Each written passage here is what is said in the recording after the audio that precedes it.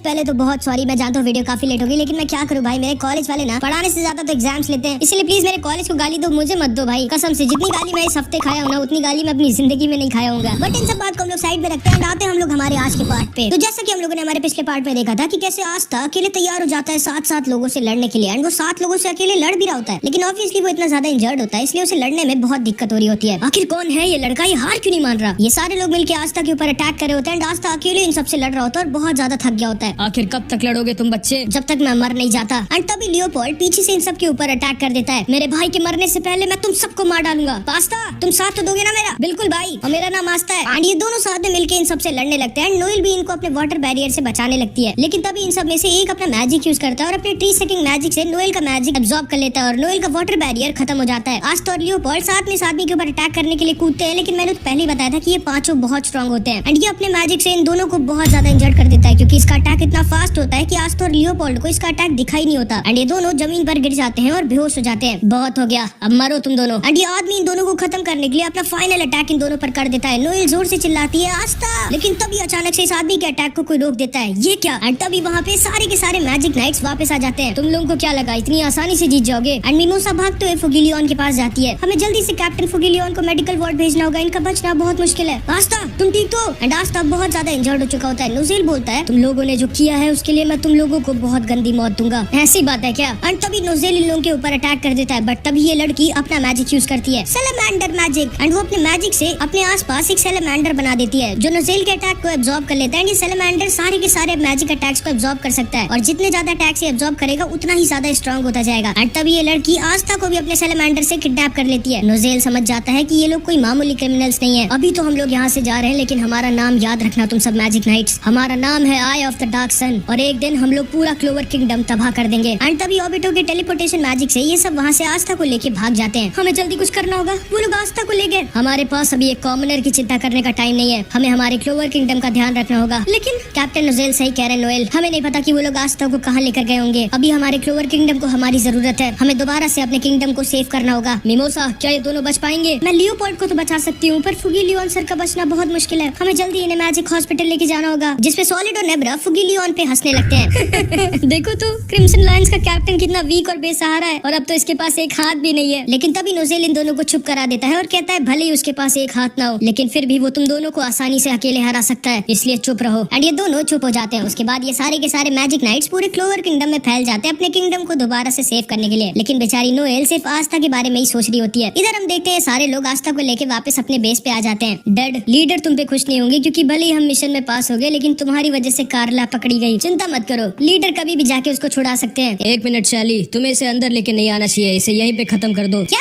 बिल्कुल नहीं, मुझे इसके ऊपर एक्सपेरिमेंट करना है, मुझे देखना है कि इसके अंदर क्या है। शैली, तुम जानती हो लीडर का ऑर्डर है कि कोई भी उनकी इजाजत के बिना हमारे बेस के अंदर नहीं आ सकता, जल्दी से मार दो इसे। एंड तभी आस्था भी होश में आ जाता है। ये क्या, मैं हिल क्यों नहीं पा रहा? ओह, तो तुम होश में आ गए? प्लीज इन लोगों से कहो ना कि मुझे तुम्हें मारने के लिए ना कहें, मुझे तुम्हें अंदर लेके जाके तुम्हारे ऊपर एक्सपेरिमेंट करना है, मुझे देखना है कि तुम्हारा दिल कैसा दिखता है। ये लड़की पागल है, मुझे जल्दी यहाँ से निकलना होगा, लेकिन मैं निकलूं कैसे, मैं तो हिल भी नहीं पा रहा। एंड ये सारे लोग अपने बेस के अंदर घुस जाते हैं, और आस्था बहुत ज्यादा डरा हुआ था और उसे समझ में नहीं आ रहा होता कि वो क्या करे। लेकिन तभी अचानक से ये सारे लोग बहुत शॉक्ड रह जाते हैं, क्योंकि इनके सामने खड़े होते हैं द विज़र्ड किंग। ये क्या, विज़र्ड किंग? तुम लोगों को लगा भी कैसे कि तुम लोग मेरे किंगडम पे अटैक करके जिंदा बच के निकल जाओगे? मैं चाहता तो तुम लोगों को अटैक करने से पहले ही पकड़ लेता, लेकिन मैंने ऐसा नहीं किया, क्योंकि मुझे तुम्हारे लीडर से जो मिलना था। सारे लोग एक साथ मिलकर अटैक करो। एंड इससे पहले कि ये लोग विज़र्ड किंग के ऊपर अटैक करते, विज़र्ड किंग एक सेकंड में इनके सामने के 2 बंदों को निपटा देते हैं। इतना फास्ट कोई कैसे हो सकता है? आस्था को यकीन नहीं होता कि विज़र्ड किंग कितने फास्ट है। ऑबिटो समझ जाता है और सोचता है कि नहीं, हम सारे मिलके भी विज़र्ड किंग को छू भी नहीं सकते, हमें यहाँ से भागना होगा, लेकिन हम विज़र्ड किंग के रहते यहाँ से भाग भी नहीं सकते। चलो ठीक है, जब तक तुम लोगों का लीडर यहाँ पे आता है तब तक हम लोग एक छोटा सा गेम खेलते हैं। क्यों ना तुम सब मिलके एक साथ मेरे ऊपर अटैक करो, और अगर तुम लोगों का एक भी अटैक मुझे छू गया तो मैं यहाँ से चला जाऊंगा। एंड इसको सुनते ही ये सारे लोग एक साथ मिलके विज़र्ड किंग पर अटैक कर देते हैं। बट सामने खड़ा कौन है? Wizard king. इन सबका एक भी अटैक विज़र्ड किंग को छूता ही नहीं। विज़र्ड किंग इतने ज्यादा फास्ट होते हैं, आस्था को यकीन नहीं होता कि जिस अटैक को आस्था देख भी नहीं पाया था, विज़र्ड किंग उस अटैक अटैक के साथ 4 अटैक्स को इतनी आसानी से डॉज कर रहे हैं। ये इतना फास्ट कैसे है? एंड तभी अचानक से विज़र्ड किंग उनके सामने से गायब हो जाते हैं और उनके पीछे खड़े होते हैं एंड अपने टाइम प्रिजन मैजिक से एक बार में ये सबको पकड़ लेते हैं। एंड हमारे विज़र्ड किंग के पास टाइम मैजिक होता है एंड विज़र्ड किंग आस्था को भी बचा लेते हैं। आस्था को यकीन नहीं होता कि विज़र्ड किंग ने अकेले इन सारे लोगों को बच्चों की तरह हरा दिया। आस्था मन में सोचता है तो ये है वो जिन्हें मुझे हराना है अगला विज़र्ड किंग बनने के लिए। मैं इनके सामने कमजोर नहीं दिख सकता। उठो आस्था। एंड आस्था विज़र्ड किंग के सामने किसी तरह दोबारा से खड़ा हो जाता है। मुझे देख के अच्छा लगा आस्था कि तुम ठीक हो। और तुम सब लोग ये बताओ कि ये टैबलेट क्या चीज है? एंड इसमें तो कुछ पत्थर घुसे हुए हैं। मैं देख सकता हूँ इसमें अभी भी कुछ जगह खाली है। क्या होगा जब तुम लोग इसमें सारे के सारे मैजिक स्टोन्स लगा दोगे? और शायद तुम लोगों को याद होगा जैसा हम लोगों ने पार्ट 3 में देखा था कि जब आस्था ने आइस को हराया था तब नेरो आस्था के पास एक मैजिक स्टोन लाई थी एंड यही वो मैजिक स्टोन है जिसे आई ऑफ द डार्क सन वाले कलेक्ट करे एंड ये सारे के सारे मैजिक स्टोन्स जमा करके इस टैबलेट पे लगा रहे हैं। एंड जब सारे के सारे मैजिक स्टोन्स इस टैबलेट पे लग जाएंगे तब तुम्हें यकीन नहीं होगा कि क्या होगा और वो भी हम लोग आगे देखेंगे। तो जैसे कि हम लोगों को पता है कि एक मैजिक स्टोन अभी भी नेरो के पास है। जल्दी बताओ तुम लोग, मेरे पास इतना टाइम नहीं है। चलो ठीक है, जो भी मुझे पहले बताएगा मैं उसे जिंदा छोड़ दूंगा। कुछ तो बोलो। अरे एक मिनट, मैं तो भूल ही गया। मेरे मैजिक की वजह से तुम लोग सांस भी नहीं ले सकते तो बोलोगे क्या? सॉरी।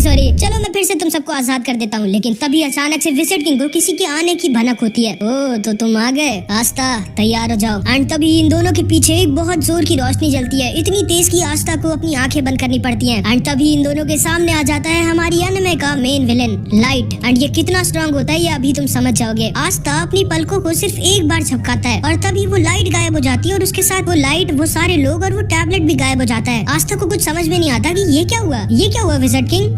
वो भाग गया मुझे चकमा देके अपने साथियों और उस टैबलेट के साथ। मुझे नहीं लगा था कि इस दुनिया में कोई इतना स्ट्रॉन्ग भी बचा होगा जो मेरी स्पीड को टक्कर दे दे। खैर हमारी पहली फाइट में तो वो इस बार जीत गया लेकिन अगली बार वो नहीं जीतेगा। लेकिन हाँ, वो इसको लेके नहीं भाग पाया, जिसको सुनते ही आस्था एकदम शॉक्ड रह जाता है कि भाई जितनी देर में आस्था ने सिर्फ एक पलक झपकाई उतनी देर में विज़र्ड किंग और लाइट की फाइट स्टार्ट होके खत्म भी हो गई। अब तुम लोग सोच सकते हो कितने फास्ट है विज़र्ड किंग और आई ऑफ द डार्क सन का लीडर। आस्था समझ जाता है कि अभी उसे बहुत ज्यादा स्ट्रॉन्ग होना होगा। इधर हम देखते हैं फुगी लियोन और लियोपोल्ड मैजिकल वार्ड में पड़े होते हैं। लियोपोल्ड तो फिर भी ठीक होता है लेकिन फुगी लियोन की हालत बहुत खराब होती है एंड ये सारे लोग फुगी लियोन के लिए बहुत डरे हुए होते हैं एंड नोएल और मिमोसा हमारे आस्था के लिए। लेकिन तभी विज़र्ड किंग हमारे आस्था के साथ वहाँ पर पहुँच जाते हैं। कैसे हो तुम सब? हेलो नोएल, तुम ठीक तो ना? एंड आस्था को देख के नोएल और मिमोसा बहुत खुश हो जाते हैं बट इन दोनों से ज्यादा खुश हो जाता है क्लॉस, जो भागते हुए जाके आस्था को गले लगा लेता है। तुम ठीक तो ना आस्था? हाँ मैं ठीक हूँ, लेकिन तुम रो क्यों रहे हो भाई? मैं जिंदा हूँ। नेरो भी खुशी के मारे आस्था को मारने लगती है एंड तभी मिमोसा भी अपने आप को कंट्रोल नहीं कर पाती और नोएल और क्लॉस को उड़ा के जाके उसको गले लगा लेती है एंड फिर शर्मा के दूर हट जाती है और नोएल बहुत गुस्सा हो जाती है। एंड इसके बाद विज़र्ड किंग इन सब के साथ खड़े होते हैं। मैं आई ऑफ द डार्क सन के लीडर से मिला जिसने फुगी लियोन पर अटैक किया था और मैं ये कहना तो नहीं चाहता पर उनका लीडर सच में बहुत ज्यादा स्ट्रॉन्ग है और ये भी हो सकता है कि वो मुझसे भी ज्यादा स्ट्रॉन्ग हो। सर, फुगी लियोन ने अपने गले में जो पेंडेंट पहना था वो गायब है। ओ जरूर से फुगी लियोन का पेंडेंट भी एक मैजिकल स्टोन होगा जो उन लोगों को अपने टैबलेट पे लगाना होगा, तभी उन लोगों ने फुगी लियोन पे अटैक किया। एंड तभी सिल्वर ईगल की फैमिली वाले वहाँ से जाने लगते हैं। नोज़ेल बहुत ज्यादा गुस्सा होता है क्योंकि भले वो फुगी लियोन का राइवल है लेकिन ये दोनों भी आस्था और यूनो की तरह एक दूसरे को सीक्रेटली पसंद करते हैं। एक मिनट, मतलब वो वाला पसंद नहीं, ठीक है, रिस्पेक्ट वाला पसंद भाई, कुछ गलत मत समझ लेना। एंड नोज़ेल अपने मन में बोलता है तुम चिंता मत करना फुगी लियोन, मैं तुम्हारा बदला जरूर लूंगा। एंड ये तीनों वहाँ से चले जाते हैं। इधर हम लियोपोल्ड को देखते हैं जो अभी भी इंजर्ड होता है। वो अपने पास्ट को याद कर रहा होता है। भैया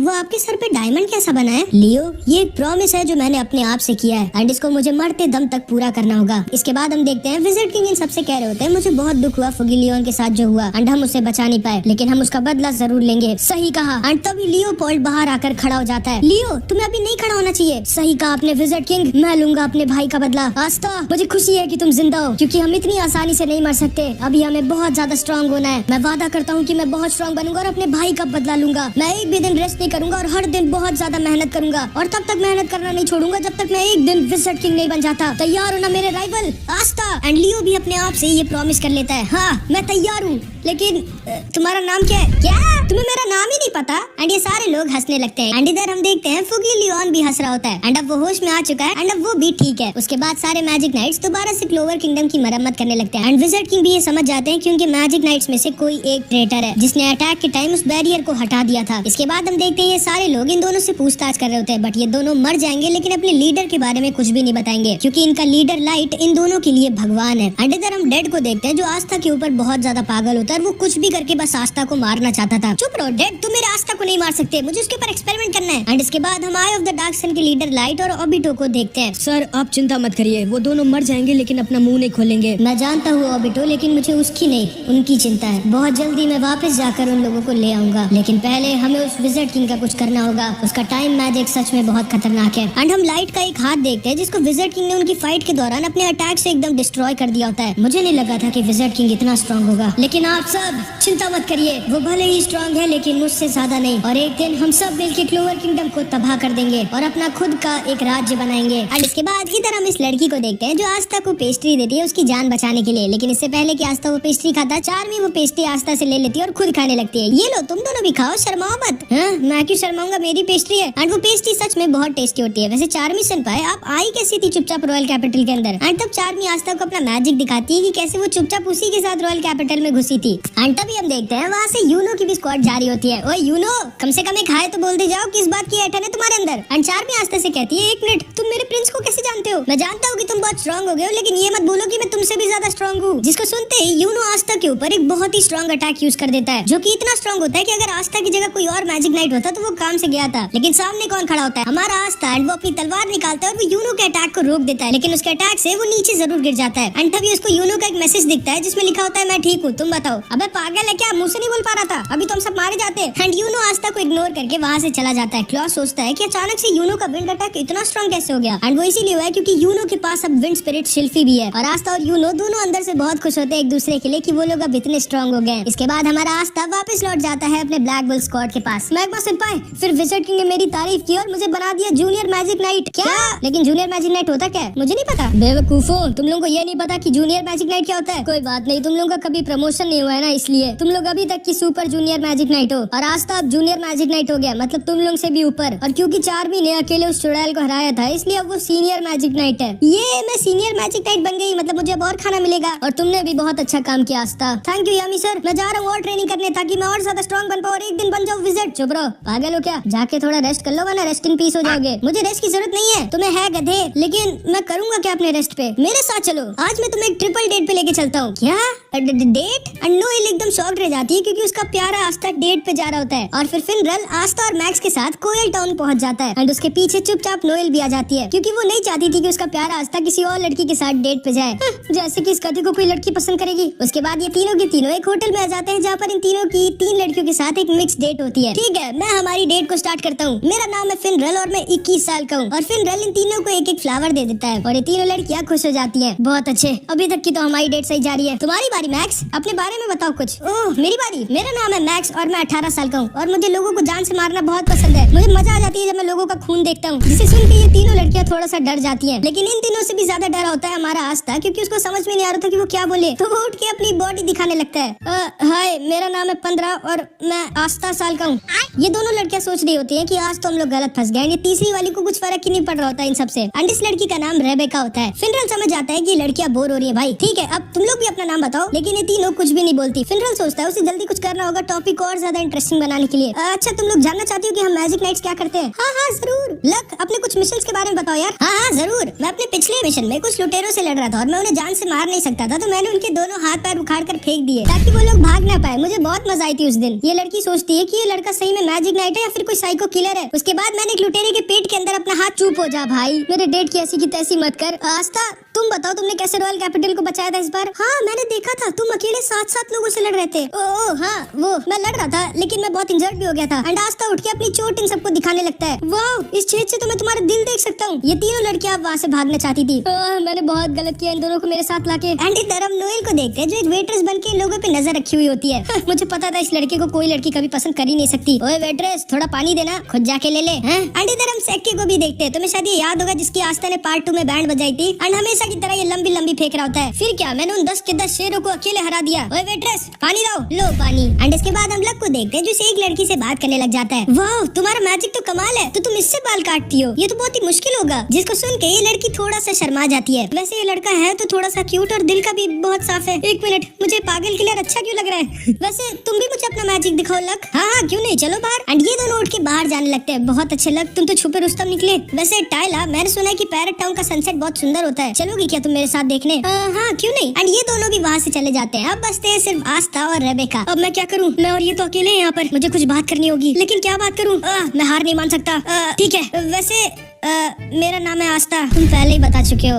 माफ करना, लेकिन मैं इस डेट पे आना ही नहीं चाहती थी। मुझे टायला यहाँ पे जबरदस्ती लाई थी। मेरे पास इन सब के लिए टाइम ही नहीं है। मुझे अपने भाई बहनों का ख्याल रखना होता है। कितने भाई बहन है तुम्हारे?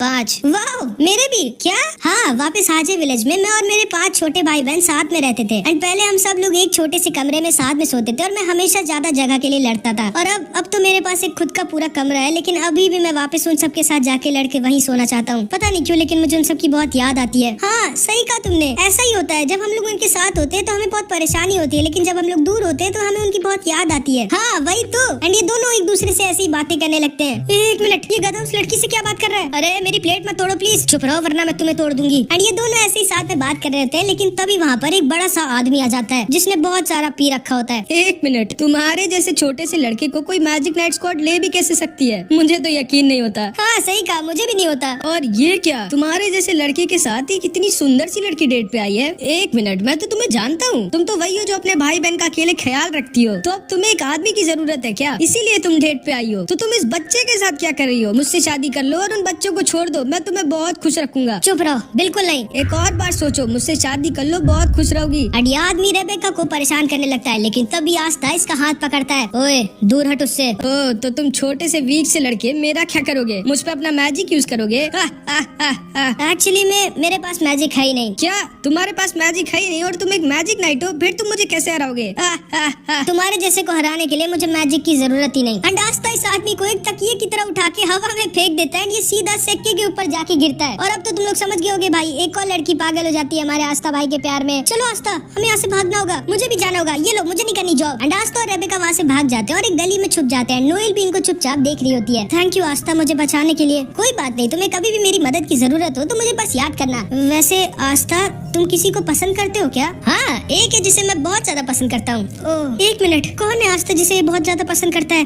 कहीं ये मेरी बात तो नहीं कर रहा? एंड नोएल को लगता है कि आस्था उसकी बात कर रहा होता है एंड वो जोर जोर से शर्मा रही होती है, लेकिन हम लोग जानते हैं भाई कि आस्था किसके बारे में बात कर रहा होता है। वैसे आस्था, तुम कभी मेरे घर पे आओ ना और मेरे भाई बहन से आके मिलो, तो वो सब तुमसे मिलके बहुत खुश होंगे। हाँ ठीक है, मैं जरूर आऊंगा। मैं हार नहीं मान सकती, मुझे कुछ ऐसा करना होगा कि आस्था उस लड़की को भूल के मुझे पसंद करने लगे। एंड इधर हम देखते हैं ये दोनों लड़कियां इन दोनों को मना करके वहाँ से चली जाती है। अच्छा वैसे रेबेका, डेट पे आके होता क्या है? क्या? तो बस गाइस, यहाँ पे हमारा पार्ट 8 खत्म हो जाता है। आई होप कि तुमको ये वीडियो अच्छी लगी होगी और अगला पार्ट मिस मत करना। अगला पार्ट बहुत मस्त